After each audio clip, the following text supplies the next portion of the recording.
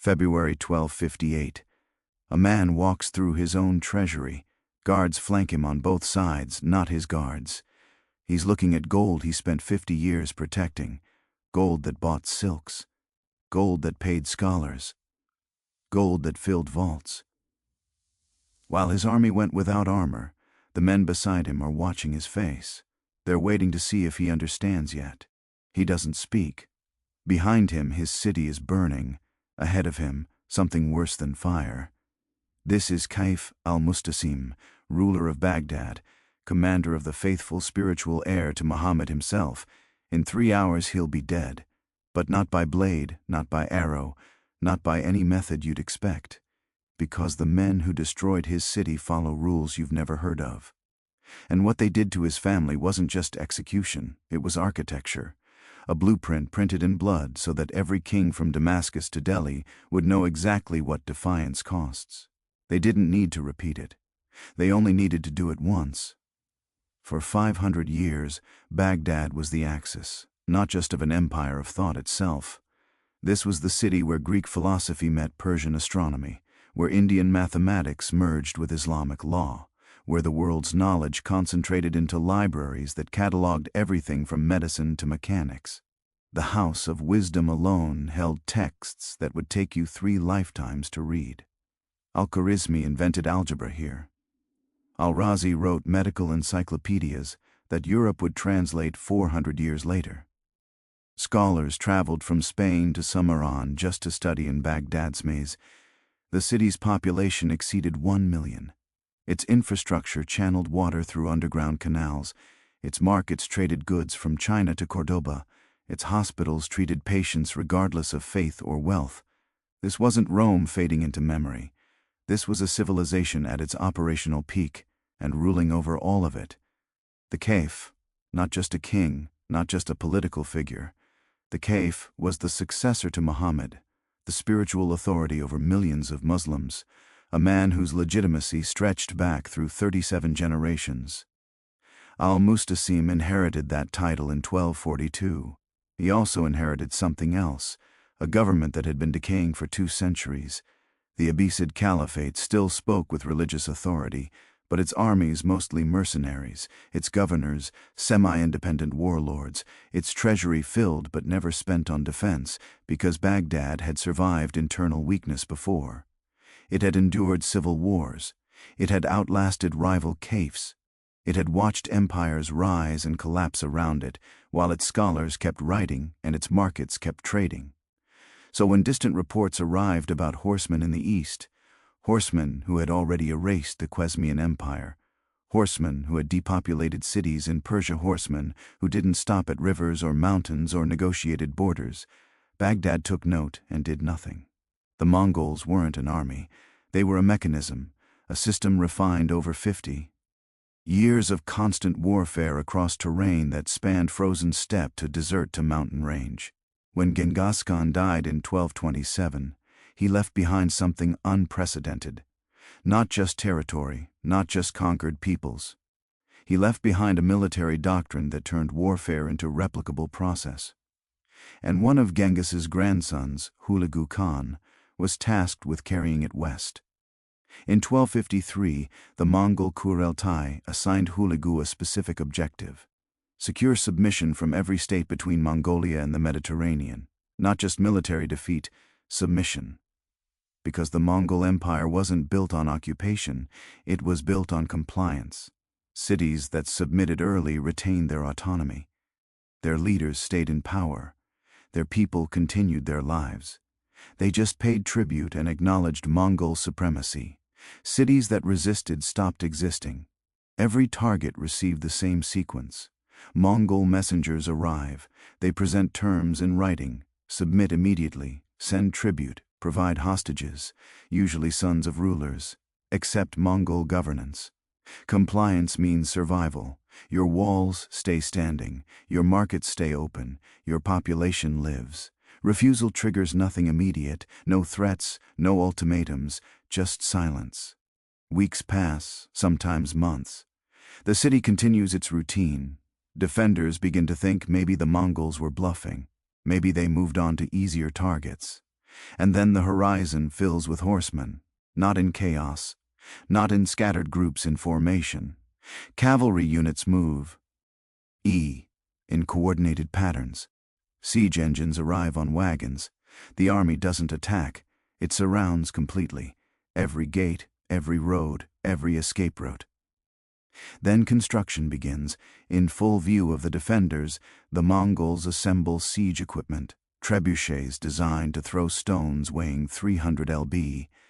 Engineers from China and Persia work alongside Mongol soldiers. The defenders watch machines being built specifically to dismantle their walls. A second embassy arrives. The terms are repeated word for word exactly as before. This is the last chance. Most cities surrender here. If refusal continues, the siege begins, not as chaos, as procedure. When walls collapse, infantry moves through in units. When gates break, cavalry secures routes. The city falls in sections, and once inside, the population is divided.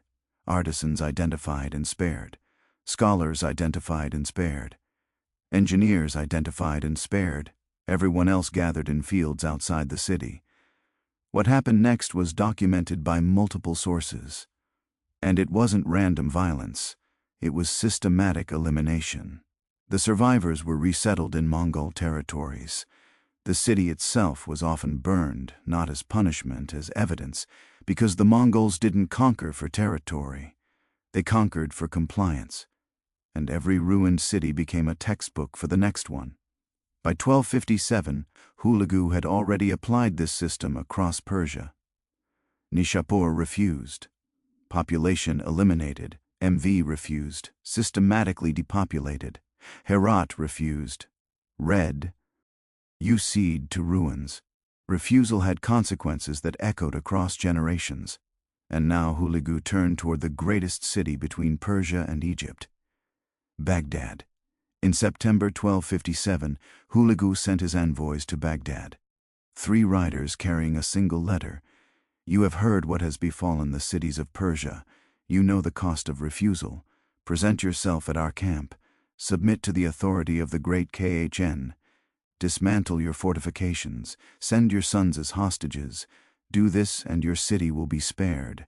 Refuse and you will learn what the others learned. The letter arrived at the caliph's court on a Thursday. By Friday, the debate had begun. Caliph al-Mustasim convened his advisors. The room divided immediately. His vizier, Ibn al-Kami, urged immediate compliance. He laid out the evidence. The Khwarezmian Empire had fielded 400,000 soldiers. They had fortified cities. They had mountain strongholds. All of it gone. Nishapur had walls 30 feet thick. MV had been called the city the world depends on, all of them erased. These are not raiders. Ibn al-I said, this is a military system that has refined itself across 50 years of continuous warfare. We cannot fight them. We can only survive them. He recommended immediate submission, full tribute payment, opening Baghdad's gates before the siege began. The head of Baghdad's army disagreed. The Mongols were horseman-step cavalry. They excelled in open terrain. Baghdad's walls had never been breached. They have no experience with siege warfare. Against prepared defenses, he argued. And they're far from their supply base. They can't maintain a siege in hostile territory. A third faction invoked theology. Baghdad was the seat of the Caliphate. The city represented the center of Islamic civilization. God would not allow pagans to destroy the house of the Prophet's lineage, they argued. Al-Mustasim listened. He was 54 years old. He had ruled for 16 years. He had never faced a military crisis of this scale. Contemporary sources describe him as fond of luxury, devoted to scholarship, uncomfortable with military matters, trusting in the authority of his position. He looked at the letter from Hulagu. He looked at his advisors and he made his choice. We are the Caliphate, he said. We do not submit to threats from horsemen. He ordered the envoys dismissed. No tribute would be sent. No preparations would be made. Ibn al-I, the pragmatist vizier, tried one more time. If we refuse, they will come. Then let them come, al-Mustasim replied. The envoys left Baghdad on September 24, 1257. They carried no response, just confirmation of refusal. What followed was more telling than the refusal itself.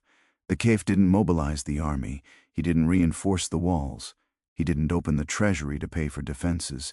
Instead, he continued his routine as if the threats would dissolve through inaction. Meanwhile, 300 meters to the east, Hulagu's army began moving. November 11, 1257. Mongol advanced forces appeared 30 miles east of Baghdad. Scouts reported back to the city. Cavalry units, estimated 5,000 horsemen, no siege equipment visible. The military commander saw opportunity. If the Mongol force was small and isolated, Baghdad could destroy it in open terrain. A decisive victory would demonstrate Baghdad's military capability and discourage further Mongol advance. The commander recommended immediate offensive action. The caliph agreed. On November 13th, Baghdad's field army marched east, 20,000 men, 12,000 cavalry, 8,000 infantry. This was the largest force the caliphate had assembled in decades. They carried 3 days of supplies. The plan was simple: intercept the Mongol advance force, engage in open battle, destroy them before reinforcements arrived, return to Baghdad victorious. November 15, 1257. The armies met 25 miles northeast of Baghdad. Baghdad's commander deployed his forces in traditional formation. Cavalry on the wings, infantry in the center. The Mongol force was visible across the field, smaller than expected, maybe 4,000 horsemen. Baghdad's cavalry charged. What happened next was recorded by survivors who fled back to Baghdad. The Mongol line retreated, not in panic, in coordination. They fell back in organized units. Baghdad's cavalry pursued. The retreat continued 1 mile, 2 miles, still organized. Then the flanks appeared. Mongol cavalry units that had been hidden in gullies to the north and south emerged simultaneously. Baghdad's cavalry found itself surrounded, not by the 4,000 horsemen I'd been chasing, by 15,000. What followed wasn't a battle. It was dismantling. Mongol cavalry archers fired while riding at full gallop. They used composite bows that could punch through armor at 200 yards. Baghdad's cavalry tried to regroup. The formations had already disintegrated. Officers shouted orders that couldn't be heard over the chaos. The infantry, watching from their position, saw the cavalry wings disappear into the Mongol formation. They began retreating toward Baghdad. The Mongols didn't pursue. They surrounded the remaining cavalry and methodically eliminated them. By nightfall, it was over. Survivors who reached Baghdad reported of 20,000 men who marched out. Fewer than 3,000 returned. The caliph's personal guard eliminated. The cavalry mercenaries destroyed. Baghdad's field army no longer existed, not rooted, not scattered, erased. When the survivors' reports reached the court, the nature of the situation changed. This wasn't a raiding party. This was a trap. The Mongols had used a small detachment to draw Baghdad's army into the open and eliminated it with precision. By December, the main Mongol force was visible on the horizon, and Baghdad's walls were all that remained. January 11, 1258. The Mongol army completed its encirclement of Baghdad. Hulagu commanded an estimated 150,000 soldiers. The Mongols didn't just surround Baghdad, they built infrastructure. Fortified camps were established at every gate, guard rotations were scheduled, supply lines stretchy. Back to Persia. Escape became impossible. The Mongols began assembling siege engines, not hidden behind lines. In full view of the walls, Chinese engineers worked alongside Mongol soldiers. Trebuchets were built with geometric precision. Baghdad's defenders watched the construction day after day. They could see exactly what was being prepared, and they could calculate exactly what it would do to their walls. On January 17th, Hulagu sent another embassy. The message had changed. The time for full submission has passed, but the caliph may still preserve his life. Open the gates, present yourself, order your garrison to disarm. Do this within 3 days, and the population will be spared. The caliph convened his remaining advisors. The pragmatist vizier recommended acceptance. We have no field army. We have no allies coming. We have no way to withstand what's outside our walls. The religious scholars still invoke divine protection. The caliph hesitated. 3 days passed. No response was sent. January 29th. At dawn, the trebuchets began firing. Not randomly, not for intimidation, systematically. The Mongol engineers had spent 2 weeks calculating wall thickness, structural weak points, optimal impact angles. The stone struck the same sections repeatedly. Each impact created micro-fractures in stonework that had stood for 5 centuries. The bombardment continued for 8 hours, then stopped. The Mongols waited. Overnight, the damaged sections weakened further. February 1st, the bombardment Umed concentrated on the weakened sections. By afternoon, cracks were visible from inside the city. By evening, the eastern wall began crumbling. February 5th, the eastern wall collapsed. A section 90 feet wide simply disintegrated. Mongol infantry moved toward the breach, not charging, walking in formation. They entered Baghdad in units, secured the breach, established a perimeter, advanced block by block. Baghdad's remaining garrison tried to hold the breach. They were outnumbered, outmaneuvered, outfought. By nightfall, the Mongols controlled the eastern quarter of the city. February 10th, the caliph sent an envoy to Hulagu's camp. The message was brief. I will surrender personally. I will open the gates. I will order my garrison to disarm. Spare the city. Hulagu's response arrived within hours. Present yourself at my camp tomorrow alone. On February 13th, 1258, the caliph walked out of Baghdad. The caliph didn't go to Hulagu's camp alone. He brought 3,000 members of the court, his sons, his ministers, his scholars, his generals. They walked through the gate, unarmed. Mongol guards flanked them immediately, not threatening, just present. The procession moved through the Mongol camp. Soldiers watched in silence. No insults, no violence, no visible anger, just observation. Hulagu received the caliph in his command tent. Hulagu's first question was practical. Where is your treasury? The caliph hesitated. We are prepared to offer tribute. Where is it? The caliph provided direct. Ions. Hulagu sent soldiers to verify. They returned 3 hours later. The vault was opened. What they found? Gold ingots, thousands of them, silver coins, countless chests, jewels accumulated over generations, silk enough to clothe an army. Hulagu ordered the entire treasury documented. Then he ordered the caliph brought there. The caliph was taken back into Baghdad through streets now controlled by Mongol soldiers, past buildings beginning to smolder to his own treasury. The doors were open. Hulagu walked him through room by room, vault by vault. They didn't speak, but the question didn't need to be asked. Why was this wealth sitting here while your walls crumbled?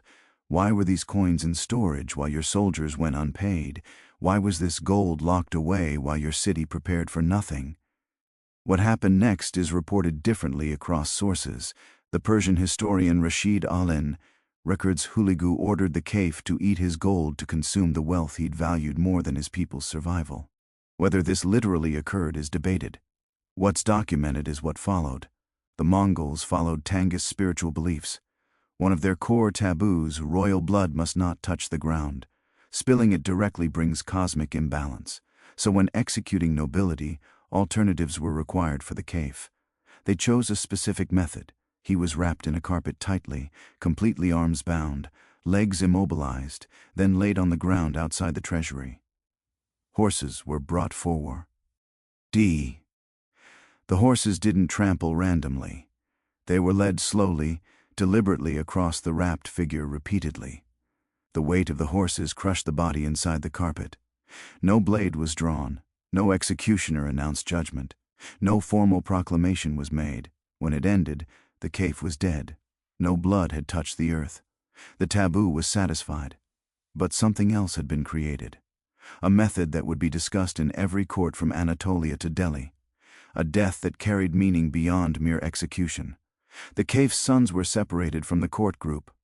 All of them. Contemporary sources report they were executed the same day. Some accounts say they were also wrapped and crushed.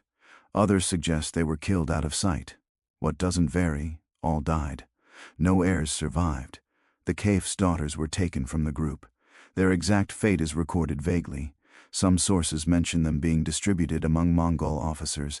Others say they were sent east to Mongol territories. After February 13th, they disappear from detailed historical record. The 3,000 who had walked out with the caliph, ministers, scholars, generals, were divided.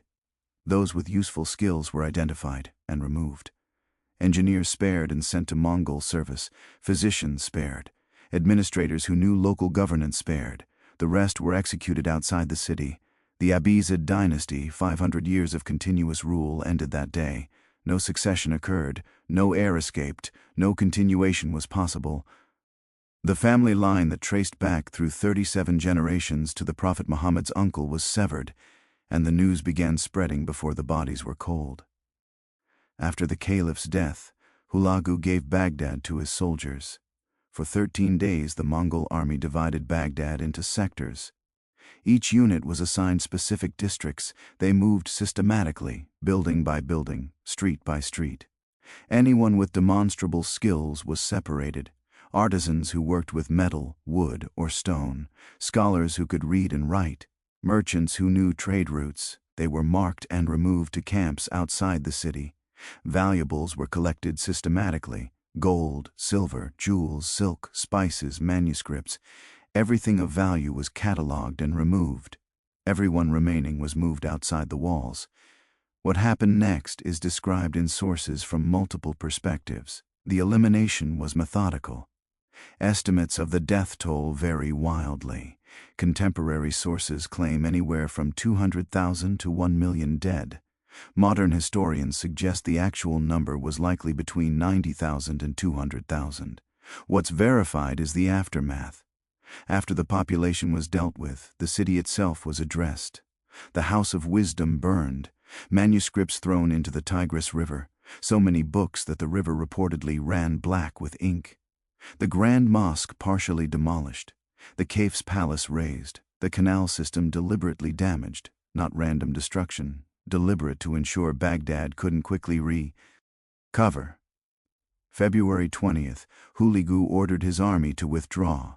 They left behind a city with entire neighborhoods erased, infrastructure damaged beyond immediate repair, a population reduced by half at minimum. But they also left something else: survivors. Specifically, survivors who could tell others what they'd seen. Because the Mongols didn't want Baghdad erased from memory. They wanted it remembered. Within weeks, the story of Baghdad reached Damascus. Within months, it reached Cairo. Within a year, every court from Anatolia to India knew exactly what had happened. Not just that Baghdad fell, but how and what happened to the man who thought he was untouchable. After February 1258, something changed across the Islamic world. Cities that had been preparing resistance suddenly reversed course. Damascus opened its gates before the Mongols arrived. Aleppo sent tribute and hostages preemptively. Smaller emirates throughout Syria and Iraq submitted without seeing a single Mongol soldier. Because Baghdad hadn't just been destroyed, it had been demonstrated. Rulers across the region performed the same calculation. Resist. Face a siege you cannot win. Watch your city burn, die wrapped in a carpet while your family is erased. Submit, retain your position, pay tribute, survive. The equation was clear. The Mongol expansion finally stopped in 1260 at the Battle of Ajalut. The Mamluks, a military state based in Egypt, defeated a Mongol army in open combat. But even the Mamluks had learned from Baghdad. They didn't rely on walls. They didn't trust in sacred authority. They built their entire society around one purpose: creating a military force capable of stopping the Mongols in the field. They studied the Mongol system. They adapted elements of it. They prepared specifically for that confrontation. Because they understood what Baghdad hadn't. The Mongols weren't raiders you could wait out. They were a system you had to match. Baghdad survived as a city. People returned. Markets reopened, trade resumed, but it never recovered its position. The center of Islamic civilization moved elsewhere. The House of Wisdom was never rebuilt. The collected knowledge was never reassembled. The scholars who died were never replaced. But something else persisted. the memory of what defiance cost. Long after Hulagu's death, long after the Mongol Empire fragmented, long after the steppes fell silent, the shape of Baghdad's fall remained, preserved in chronicles that circulated across continents, repeated in courts whenever advisors debated resistance, calculated in every throne room that considered defying a superior force. Titles don't negotiate with tactics. Tradition doesn't stop siege engines. Sacred authority doesn't deflect arrows. When systems collide, the one that adapts survives. The one that doesn't becomes a case study. And some case studies echo for centuries. The Mongols didn't need to destroy Baghdad. They needed everyone else to know they could and would. And exactly what would happen to rulers who believed their position made them immune? That message outlasted the empire that sent it. Because what happened in February 1258 wasn't just military action. It was communication written in smoke and stone and carpet-wrapped bodies. A warning that traveled faster and farther than any army ever could. And some warnings once taught never need repeating. This is Crimson Historians, where history isn't softened for comfort. Subscribe if you want the pattern behind the events. Not just what happened, but why it kept happening.